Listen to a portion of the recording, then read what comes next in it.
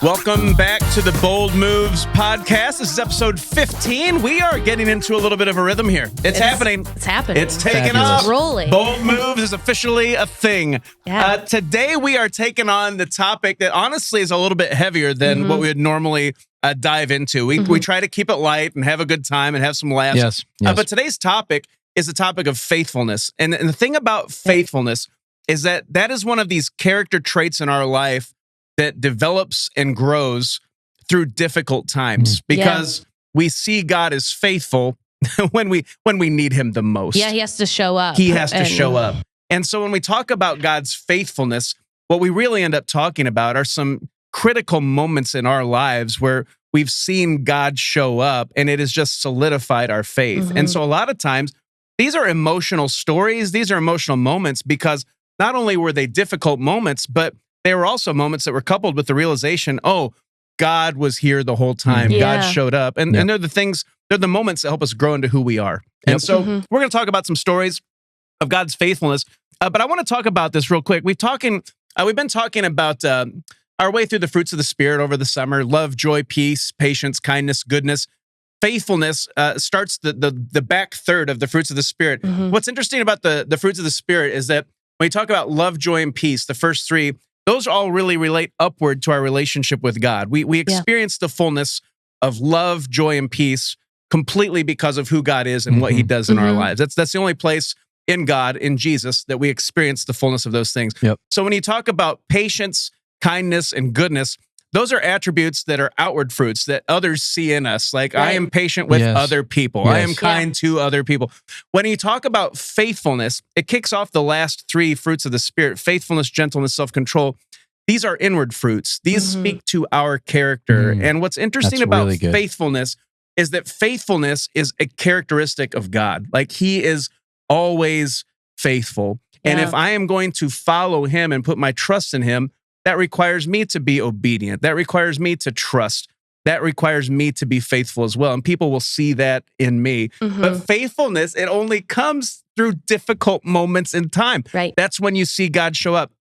For us, for Dana and I, one of the greatest moments of God's faithfulness in our life happened when we had just moved here to Elkhart. We had come to Crossroads in the middle of the huge recession in 2007, 2008. We had a brand new house we had just built in Florida. And at that time, I mean, nobody's buying anything. Houses are losing value by the month. Like, it was terrible. And we had this realization. We'd been here for about 8 months. It's February. It's the middle of winter. We'd moved up here from Florida where like the weather's perfect. If you go outside and it's like not sunny, you're like, what's going on here? Yeah, Like, exactly. Yes. So it's like 2 feet of snow on the ground. We're in a house that doesn't get over like 55 degrees. It's freezing. And I realized we're going to run out of money. We're paying double mortgage. We're running out of money. And I'll never forget this. Dana and I had this moment where we're sitting on this couch in front of a fireplace and we just say, God, we need you to show up. We believe that we're being obedient. We believe that we're doing what you've asked us to do. Meanwhile, we're paying for a beautiful home in Florida in the middle of February in northern Indiana. Like, we need you to show up because we need you. We can't do this on our own. And no kidding. It was 3 days later, we actually got an offer on our house, which was almost to the penny what we owed on it, which at the time was oh my goodness, if I can get out from underneath this is amazing. Wow. And honestly, it was within the next month, everything is clean slate. Now we're off to the races, could fully focus on what God had called us to. Cool. That was a moment for us where we look back and go, oh, God was right here with us. He was faithful. And I think sometimes we got to get to that place where we're down to zero. And it shows God, I am trusting you. You are faithful, and he's seeing if we'll be faithful too. And that's the development of our character. You were down to zero in everything. Oh, yes. I left out the fact that my car, the transmission went out. Dana's car just completely died. No. We got nothing. And it's February. It was the worst, but God showed up. Like, he was faithful. And he honors it when we are faithful too. Kristen, I know you've talked in the past. You've got a situation in your life where you saw that God was faithful. God showed up. Talk to us about that, because I know that it's heavy. Yeah, it was a really, really heavy moment. I was pregnant with my second child. Her name's May. And that pregnancy was miserable. I was sick from the moment it started to the moment it ended. It was just a very miserable pregnancy. And I told John, I can't wait till this baby is born. Kristen, can I just interject for a second? I one time sprained my ankle, and then I had to walk around a little bit on it. How would that compare What's to the pregnancy? comparison? Is it Because I feel like similar? that's pretty painful. Yeah. Yeah, I mean, well, of my third one, I had sciatic nerve the whole time. No, you did not. Sciatica was pretty bad too. So yeah, similar. That's Very similar. Yeah, Okay, just trying you to compare. know what Thank I you for went that. through. Yeah. I feel the relation Good. there. Yes. Good. So I resonate. You absolutely do. Yes. So sprained ankle, Okay. 9 months straight.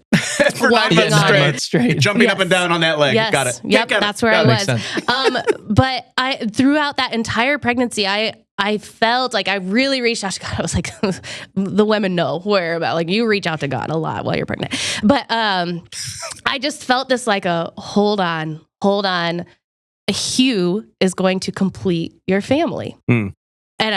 And I should say on this side, our ultrasound tech got that reading wrong, said that we will have a boy. You were expecting Hugh. We were expecting this boy, and I could not wait to hold him. And God was like, he's going to complete your family.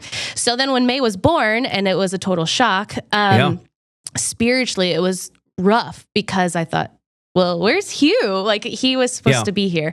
And that wasn't the case. We were glad to have May. She was healthy. She was great. She's light of my life. But you were working through a lot of emotions with that and trying to grapple with what God was saying. It was really heavy spiritually because I heard so clearly, hang tight. Yeah. Hugh's coming. He's going to complete your family.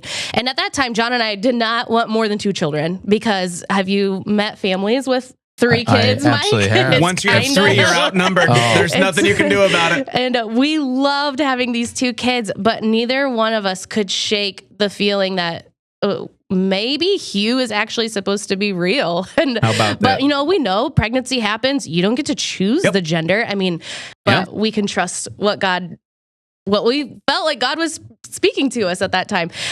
So I got pregnant again. And before I even saw a doctor, I had to get a blood test done. I said, I have to know which child I'm carrying this time around. So, in classic third child mode, John was out mowing the yard when we got the email of what the results were, and come here, and I'll never forget. He stopped the mower. We were standing in the middle of our yard, and we scrolled down, and it said boy. And wow! I mean, when I tell you, I fell to my knees because God was so faithful. That was a long span of. I had to trust what he had been repeatedly telling me for years that Hugh will be here. And the moment I held Hugh, it all made sense. Yeah. And he was So God was faithful. He came through. And it wasn't on your timing. It wasn't how you would have thought the story would unfold. And I'm glad. I'm so glad it worked the way that it did. But it was confusing. Oh, absolutely. So I think when we talk about God's faithfulness, it can be confusing. And so I want to take 5 good minutes today and bring our friend Doug Boquist into studio because that guy has so much to say. He is a wealth of knowledge. He is. And we want to bring him in for 5 good minutes and talk about God's faithfulness. So let's give it up for Doug and 5 good minutes with Doug.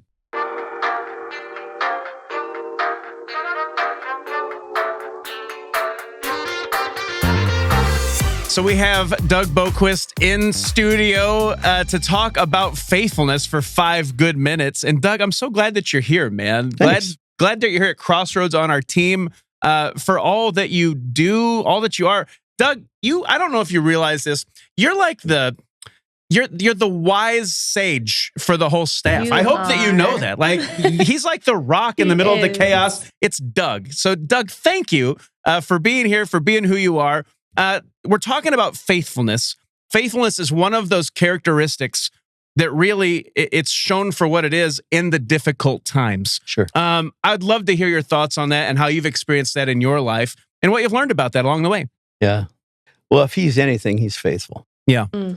And I think the first time I really saw this was we decided to go to seminary. And I'd already lost my job. I got laid off and couldn't find work and decided I'm just going to go to seminary. Debbie was pregnant. And when the baby came, we were going to do something else because I didn't want Debbie to work. So the baby came and I couldn't find a job to save my life. Tough. But I applied for a job at the university associated with the seminary I was at. And I got a call and they said, hey, we see that you used to be HR director. I said, yeah. They said, well, we're opening this office and we'd like to talk to you. I said, okay. And so they hired me 30 hours a week to be kind of a student HR director. And they said, oh, by the way, are you still going to attend seminary? I said, well, yeah. They said, okay, well, that's paid for now. Wow. Oh, that's amazing. Yeah. So, since you work at the college, you don't have to pay any tuition at the seminary. And they said, and do you have a place to live here in town? I said, no, not yet. They said, well, we have an old sorority house that nobody's living in. And why don't you live there? I said, okay. And they said, and we'll take care of the utilities. And Stop. So I got a salary. I didn't have to pay any tuition. Didn't have to pay any utilities. And we were just socking. My goodness. We were just socking money away. And when we graduated, so many of my friends had long, exhaustive student debt. I didn't have any student debt. I had savings. That's incredible. That's not a normal college graduate. No, and we used that. We bought a lot of sound equipment, and we hit the road for 10 years. We traveled all across the United States, and I can just tell you one example after another how the Lord's been faithful. And it's interesting because sometimes there's long spells where He just kind of tests you, and you don't. It's not like you see it every day. But even in those long spells, I remember sitting in a parking lot and being rather despondent. Mm-hmm. And I looked out my window and I saw some sparrows just kind of playing and just grabbing little pieces to eat. And the Lord reminded me, are not you worth so much more than they? Yeah. Right. And when it came time to plant the church, again, the Lord brought all these resources to bear out of nowhere that provided for us and provided for the church. I remember That's amazing. We couldn't find a place to meet, and we were getting down close to it, like 6 weeks from the time we were going to start the church. Launching. And I had a publicist waiting to get the address of the church. I said, I don't know. And all of a sudden, it all fell together, and it worked out beautifully. Yeah. And we've watched Debbie and I have had 4 children. We've watched them grow. Now got 5.5 grandkids, and watching them grow. Yeah.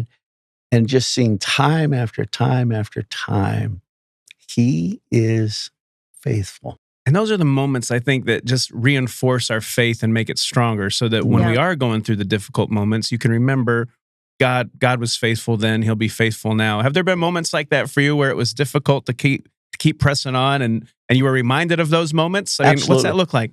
I think as a Christian ages, now I've told people the advantage of growing old is perspective. You get a perspective. But things that used to rock my world, now they hit me and I think, okay, well, we'll figure something out. Because what God does in the course of your life, He paints His faithfulness. And you see His faithfulness. So the next time a crisis hits, you think, well, the last time, and over the course of, we've been in ministry now for 40 years, we have seen Him time after time after time meet challenges, meet crises, and He's been faithful. Yeah. So now, it's not that I'm incapable of, spazzing out and do it on occasion.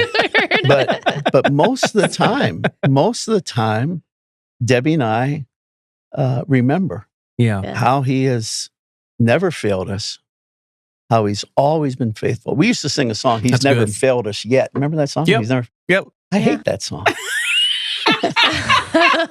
Why do you hate it? Well, that one word, yet. Yeah. He's never failed us. He's never failed us, but then again, you never know. Yeah, there's always next time. Yeah. So I love that, though, because the perspective is you've seen God be faithful, and time again over the course of life, He's been faithful over and over again. And so when something happens that life throws you another curveball, perspective offers you that chance to not feel like you have to panic. You don't have to be overwhelmed. You don't have to be consumed by worry. No, God is faithful. He's building a record in your life of his faithfulness. Oh, that's good. He constantly builds that. So the older you get, the more mature you get, you can look back and you can see these building blocks of faithfulness, and it gives you confidence moving forward. Mm. Yeah. And that's invaluable. I mean, how do you put a price tag on that? I think ultimately that defines our relationship with God at the end of the day. Yeah. He is a friend that sticks closer than a brother. He is never going to leave you. You can trust him. Yeah. He's faithful. Doug, that's a fantastic word. Thank you for joining us in the studio. I would say these are 5 fantastic minutes with Doug. They are. Doug, thank you again. Thank you. It's great to have you. Doug. Well, you're welcome. Thanks.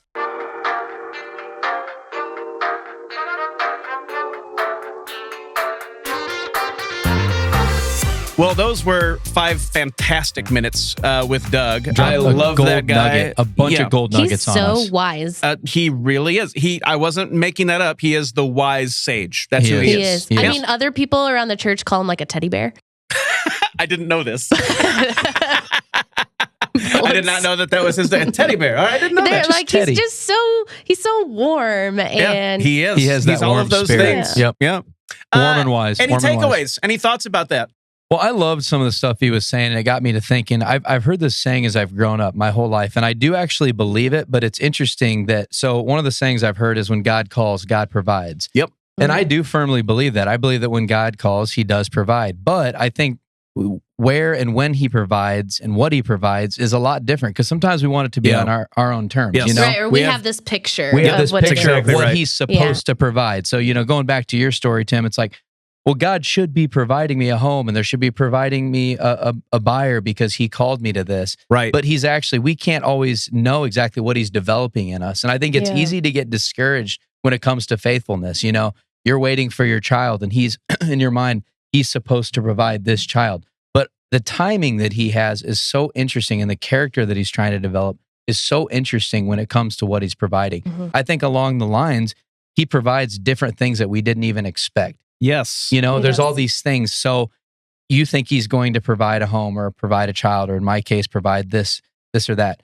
He's actually providing developing patience. He's actually providing strengthening relationships. Because when you walk through that with your spouse, your relationship all of a sudden is becoming strengthened. Absolutely. He's providing all these things. So we look at it as, well, he's supposed to provide the end result. Well, he's going to get you to where you need to be, where he wants you to be. But along the way, he's going to provide so many different things that you didn't even know you need. So I think when you're going through those processes, you have to stay encouraged that he is working. He is weaving things together for our good. But that's hard to do when you're in the moment. It's well, God, maybe I misheard his calling, or maybe he's really not there because he's silent. Yeah. And I mean, I felt that the whole time. Like, well, maybe I heard him wrong. Maybe like, I heard him wrong. Maybe You this begin or to that. wonder. Like, so. And you begin to doubt. And I think so many people, unfortunately, they've doubted to the point where they've fallen off the ledge, and they're no longer maybe walking with the Lord because they didn't see him as that faithful provider. But I think that he's always working things together for our good. It's just hard to see. So I think to that point, as we come to the end of our podcast and our time together here today, I think something to circle and remember is that I think we can all confidently say God is faithful. That's who he is. That's his character. Yep. It's not always on our timing and on our terms, but he is faithful. And if you look back, you'll be able to see it time and time again. God shows up. And I love what Doug said about God builds a record with you over time. Love that. Like, yes, that does. just gets stronger and stronger the longer you live. You see that God is faithful. Yep. And so what he expects out of us is the same faithfulness. It's trustworthiness. It's loyalty. For us following Jesus, it's obedience. Like, I'm going to follow him.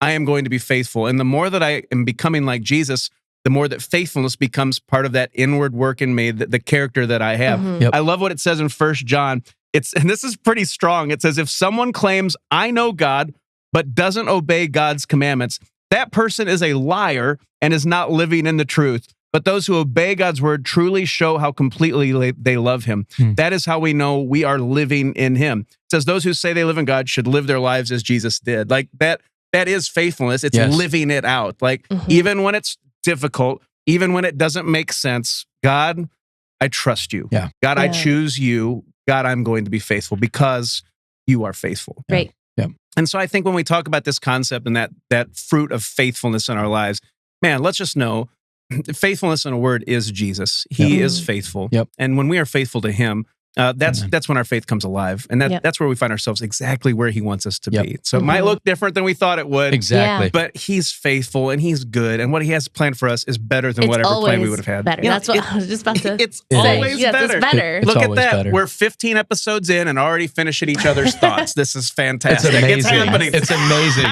That's when you know you've arrived as a podcast, when you're finishing each other's thoughts. We really did it. Amazing. Hey, hopefully this has been an encouraging word for you today. Yes. And I just know this. If you're struggling, if you're dealing with doubt and you're just in a rough spot, I just encourage you to remember God is faithful, and he hasn't left you. He's got a better plan for you than you could ever imagine. Hang in there. Be faithful. All right. Hey, that's your bold move for this week. Be faithful. When it's time to make that move, be bold. We'll see you next time.